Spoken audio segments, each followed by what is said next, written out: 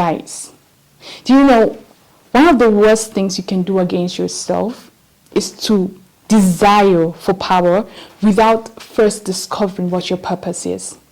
Power, dear people, power is a byproduct of purpose realization. What this simply means is when you've been able to realize your purpose, achieve your purpose, there's a certain aura, there's a certain stance, there's a certain degree of confidence and conviction in what you do that attracts power. Because you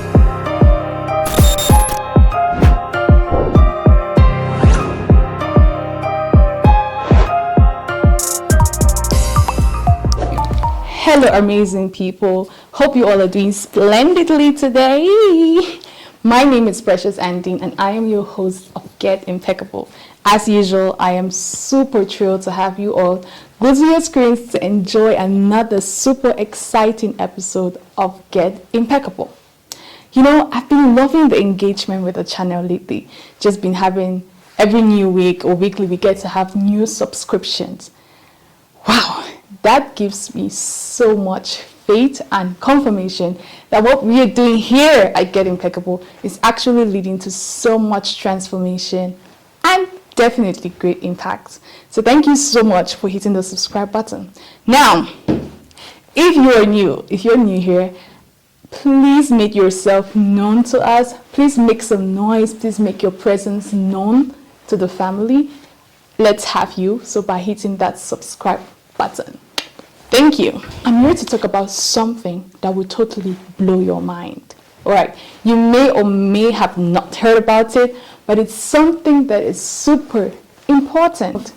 In this episode, my dear people, we will be exploring some of the biggest self-criminalistic offenses that we can commit against ourselves.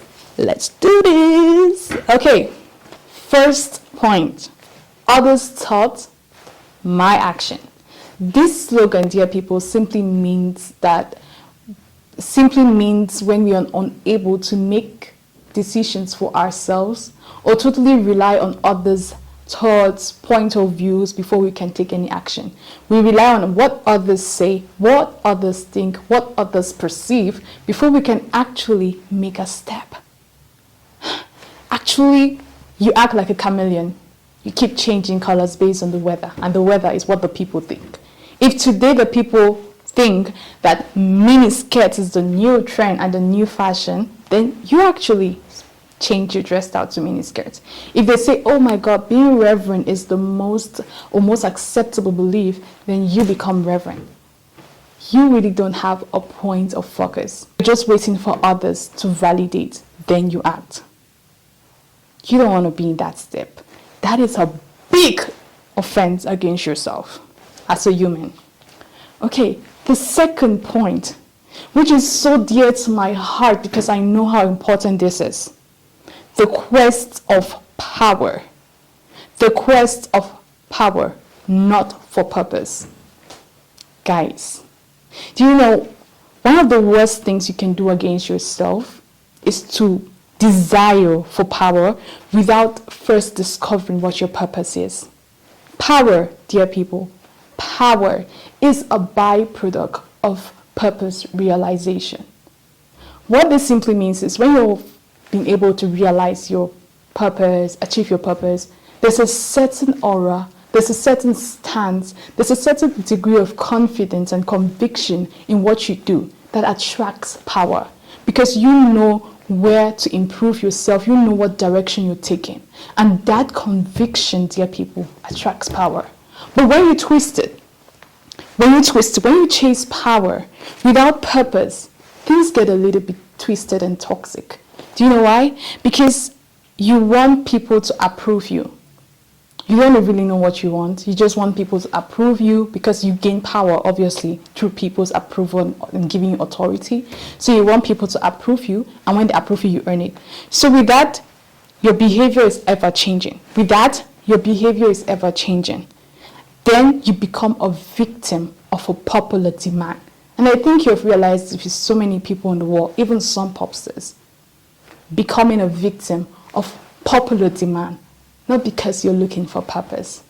You don't want to do that against yourself. Okay, now the third point here, people, is inactive self-listening. Most of the time we hear people say, be a good listener, listen actively. But rarely does anyone cares about listening to ourselves. Rarely is it talked about improving self-listening. Most people who aren't good listeners or who talk more than they listen is because they haven't developed this attribute or the potential or capacity to listen to themselves. So given that they don't even know they can listen to themselves, most of the time they want to be heard. They want to be heard. And that definitely shows you're not listening to yourselves. You need to listen to yourself to confirm your thoughts. Embrace heart-to-mind conversation. Take some time, actively listen to what your gut memory is telling you, what your heart is telling you, what your brain is telling you. Take some moments, validate your own thoughts before going out there to share it. And this gives you a certain kind of stability. Only then, dear people, can you truly listen to others when you're able to listen to yourself. So what if this is just an imagination or hypothetical? What if, just think about it, what if you take 10 minutes each day to listen to yourself? No music, no noise, no pressure from the world, just you and you alone. Would you do justice to yourself? Would you do justice to all the buried thoughts and ideas you had once had, which have been silenced by toxic external noise? Think about it. Let's go to the fourth point. Now, this fourth point is something most people who think they're successful might experience, and that is letting the praise become handcuffs. You let the praise become handcuffs. And what do I mean? I think I had made a video about letting the praise get into your head, which you can check out. But this is just something similar. And it's a big offense against yourself because you put yourself from someone who was once a pharaoh, quote unquote, to zero. So the moment you feel you're perfect because they praise you, you praise you've grown, you're not the same level with others, you will almost lead yourself to fall from this Bugatti to a deep pit. You know why? Because when you let the praise get to you, it brings in a lot of ego. It blocks in even more creativity. It makes you feel like you're perfect, and we all know no one is perfect apart from the divine God. It brings you into a space of, oh, there's no need for improvement because I've reached my potential. Guys, it blocks any space of innovation. And as I said earlier, it takes you from what? Being that pharaoh, being that superstar, being that call for attention to zero. I think you've probably heard of people who have been so much of big stars and now they're just mere, the mirrors. So I think you don't want to put yourself in such a situation. I think you will want to do justice to yourself by remaining humble. When you get there, when you finally get to that top spot, it's, oh, thank you so much. I worked hard, but I'm still looking for spaces to improve. I'm still looking for spaces to improve. Because that will make you realize that the higher you go, it's more important for you to grow, and the humbler you become. And this is so important that I cannot overemphasize. Humility opens several doors beyond your understanding. But you know what ego does? It confines you in a space of self-accomplishment, self-acquisition that you barely grow. Think about it again. All right. Now this last point is so important, and I think you are going to take and it is size to do this. I will really urge you to actually take this last point because I think it forms the basis through which we are able to even stand. Do you get? and this is lacking principles. This one right here, principles. What are your principles? What guides you? What enables you make the decisions you make? What are your principles? Have you ever asked yourself that? Or do you have principles? Or you just live based on,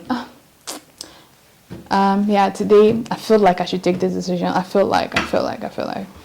And you all know your feelings are kind of changing. You get? So you need your principles, dear people. You need your principles, because an unprincipled person is like a homeless dog. I know you guys have seen homeless dogs before. How are they? It has no choice of food, no taste of shelter. Its decisions are just based on what others decide for it. Your thoughts are your thoughts are really reliant on your principles. Principles give your thoughts a home. Your principles give your thoughts a home. It helps you think clearly.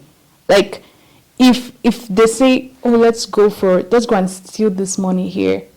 And my principles like, no, I can't steal. I can't. That's not my that's not my value. That's not what I value. That's not what I cherish. But the moment you start doubting, maybe I could consider, I'm broke, so maybe. You're not principled. So you become a homeless dog. Homeless dog, depending on others' choices. Okay, dear people, I urge you to create your principles, or just if you don't have principles, there is this framework I'm going to talk more about in the next episode. Yeah, the SWVEWV, which stands for start with values, end with vision. So using the SWVEWV framework, you can be able to create those life guiding principles, which I strongly recommend you do so. I'll be sharing about the SWVEWV framework in the next episode, so you need to stick with the channel and definitely subscribe if you haven't. Meanwhile, which are those self-criminalistic offenses you have realized you're guilty of? You need to start judging yourself. Yeah. So which are those offenses you think you've been really doing to yourself for so long that you think is now normal, but he's been harming you so much? Maybe I haven't mentioned some here. You can tell me more in the comment section. I'll be ready to pick it up and even talk about it in our next episode.